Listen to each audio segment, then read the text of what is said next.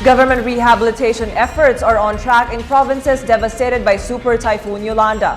But rehabilitation czar Panfilo Lacson stressed that while this is so, he is frustrated at the limitations of his job. More of this from Rocky Ignacio. 6 months after the wrath of Super Typhoon Yolanda in some parts of the Visayas, Presidential Assistance for Rehabilitation and Recovery Secretary Panfilo Lacson said that the government is on track on bringing back normalcy to the affected areas.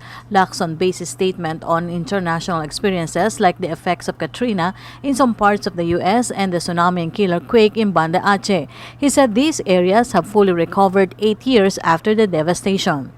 Alam niyo bakit ko sinabing we're on track? First, walang malawakang kagutuman nangyayari, wala namang famine, di ba?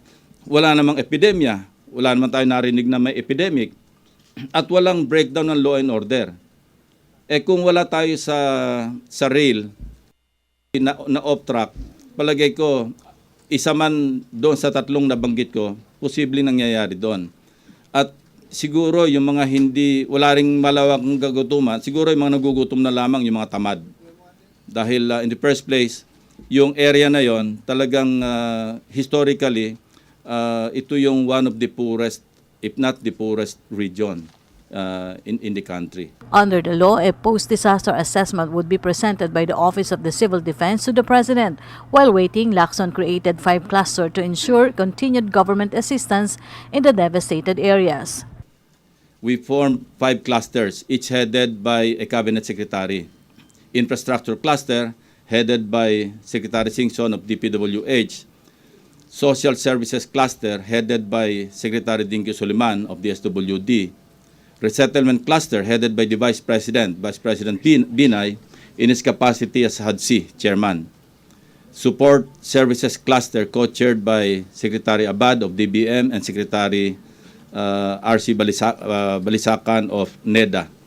And cluster, that's headed by Secretary Gregory Domingo.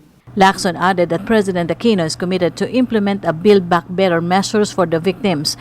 More than 200,000 housing units are needed for the victims, but 26,000 units could only be built in a safe land identified by the government. Napakadaling tugunan yung panawagan ng mga ilang sektor, yung lalo yung mga militante. Sabi nila, magbigyan na lang kaya kayo ng 40,000 pesos per family. At sila na bahala magtayo ng kanilang bahay. Fine, madaling gawin yon. Gobyerno, may pera, ipamigay natin. Pero would that save lives? No? Kung sakali magkaroon ng disaster at bara-bara kung saan sila magpatayo at hindi naman build back better ang ating panawagan, ang tutugunan yung panawagan ng Pangulo, saan pupulutin yung mga kababayan natin kung magkaroon na naman ng bagyo? Remember that Yolanda is now the new normal. Ito yung pinakamalakas na bagyo na humampas sa anumang panig ng mundo.